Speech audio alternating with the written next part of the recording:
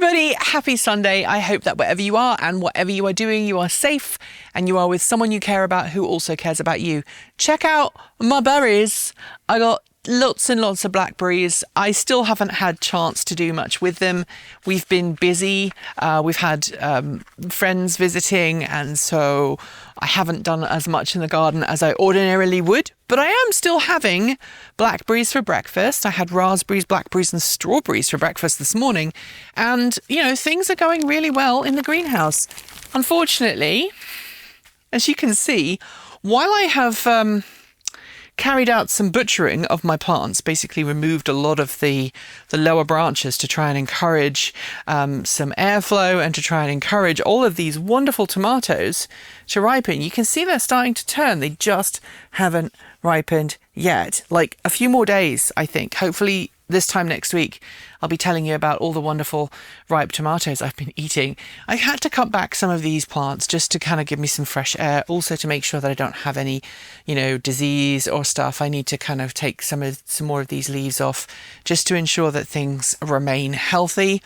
But meanwhile, my peppers are getting really long, boys. Look at these. Look at them. They're just going crazy. And my bell peppers are finally coming through as well. So I know I'm going to have peppers right up until, you know, the beginning of the winter. The cucumbers are doing great. We've got one here. There's another one hiding down there. So I will probably have one of those for lunch today at some point. We've also got some pickles in the back there. I had to cut some of my tomatillos down though, because we had a toppling. One of the tomatillo branches kind of cracked and broke. The other one is just chilling out over there. You can see that bumblebee doing its thing. So I'm just going to leave it over there. I don't need to get back there, so I don't need to worry about it too much. But as you can see, we've got a little bit more light in here now, because I've got rid of some of these heavy branches. But every day I come in and see, you know, another branch that has decided to fall over because it's too heavy, or it's removed itself from the clips. I mean, these clips are still working. You can see they're still holding on. I don't know if you can see in there, that red clip, it's still working. It's just the plants are getting so big and full of fruit. They just haven't ripened yet, which is frustrating. Anyway, out in the main part of my vegetable garden, things here, it is squash season. I think that's the best way of putting it. Look, we have 1 pumpkin, 2 pumpkins, 3 pumpkins, 4 pumpkins. We've got some more around here. This pumpkin I find very, very interesting because this is more squash shaped than anything else. But it should be a pumpkin. I don't know why, but it seems happy, so I'm just going to leave it to be. We've also got, you remember from last week I told you about these beans that just grew up just because? Well, look at them. Volunteer beans are volunteering very nicely. We've also got over here some more carrots that are finally starting to do carroty things, which is lovely because they've taken all year to do that. Meanwhile, over here, we've got some courgettes and some zucchini that are coming through incredibly well. I need to cut back that bramble that just cut through there, so I will do that later. But the tomatoes, we've even got tomatoes on the outdoor tomato plants, which is great. I like having tomatoes outside. But again, none of them have ripened. I've spoken to many friends in the Pacific Northwest, and they're all saying the same thing, namely that none of their tomatoes are ripening. We have plenty of marrows, or zucchini, courgettes, call them what you will. And as a good example, we have one right here that's heading towards marrow status. We don't actually grow marrows in the US, but when a zucchini or a courgette gets above a certain size, I tend to call it a marrow. I mean, look at this big boy down here. Look at it. See, that one is going to be had for supper tonight. I'm going to cook it with some rice. It's going to be yummy. But we've got the beans are doing okay. The corn here has kind of given up, but it's provided a nice scaffold along with the courgette zucchini plant that allow it to grow. So everything's going, pretty amazingly right now. I'm going to take off this one because that's clearly not growing properly. So I've taken that off, and that will allow other parts of the same plant to get all of the nutrients instead. But yeah, look, so many of them. And that's lovely. I'm also going to tell you about this morning when I got a bee in my hair. So I'd been in the gym, or I was working in my family room, which is effectively now my gym. I'd been doing some weight work, and I came out and I had wet hair because I've been working out, all sweaty and stuff. And I was looking for some fruit for breakfast. And I got down here and I ducked under this branch to get some of the raspberries that were hanging out here. And there was a bumblebee that had overnighted in here that got stuck in my hair. And I heard this, I can't think of any other way of describing it, but this god-awful buzzing right here. Now, I knew it was a bee. And I didn't want to touch it because bumblebees generally are pretty chill. But at the same point, I didn't necessarily want to put my hand up there, because if bees sting you, that's it, right? They die. So I wanted to try and make sure the bee could survive while also ensuring that I didn't get stung. So I ended up just shaking my head like a mad woman, and the bee fell out, rather disoriented, onto the ground. But we solved that particular problem. Let's talk about my onions. As you can see, I've got weeds coming in, and unfortunately that is the state of things right now. But I'm going to need one of these later on. So I'm going to have a look and see if I can... this one looks nice. Look at that. That one's going to be lovely for later. So I'll just... I'll have that with my courgette or my zucchini later. And then over here, we've got our fava beans, our broad beans. They are still not properly populated.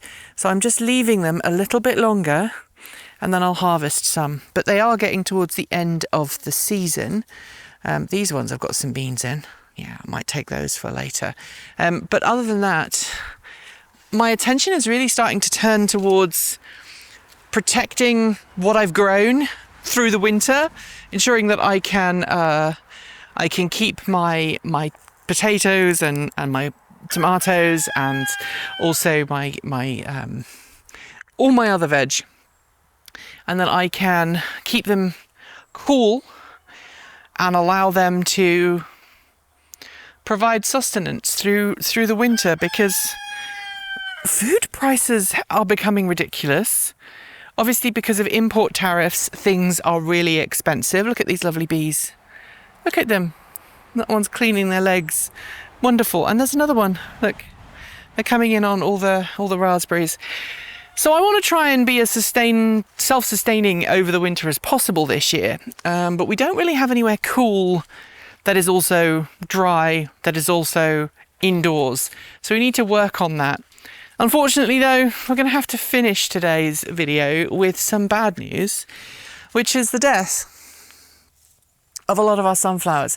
Because the weather is getting a little colder now, and because these are not quite finished yet, but a lot of my sunflowers have just fallen over because the wind is getting up. It's been a little damper here, a little bit more humid, and they've not enjoyed that. And so to finish, I'll show you what I've been doing to try and prepare the seeds for next year.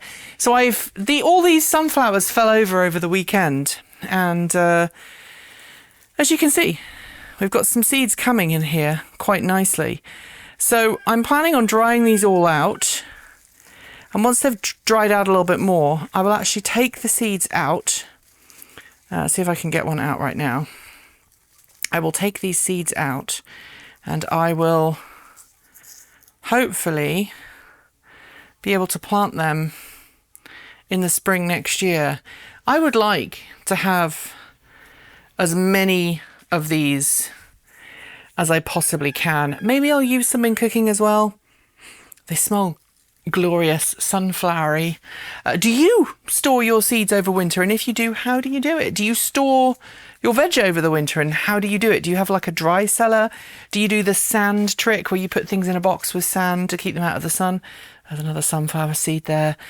Let me know in the down below, and I will see you this time next week. Thanks for joining me today. And if you've got thoughts, make sure you leave them in our Discord chat room, on our Patreon page, down below, on our blog, or you can reach out to us on Mastodon or Blue Sky.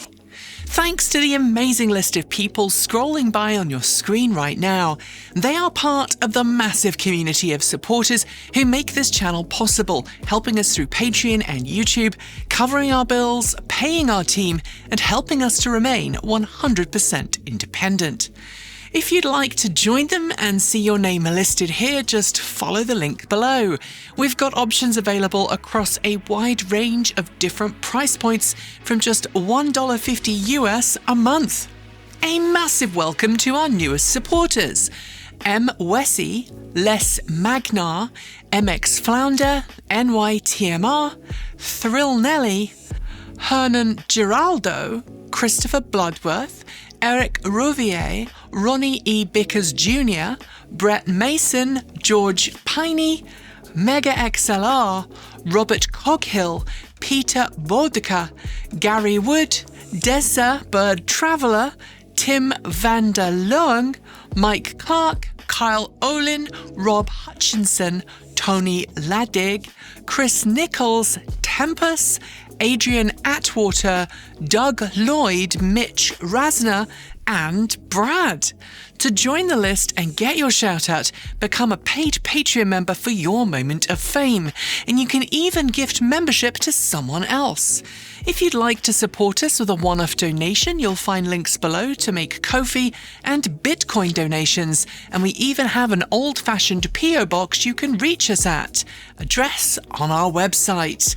You'll also find links to our swag store, and if you're someone who has to shop on Amazon, please consider using our affiliate link so we get the commission, not Jeff Bezos.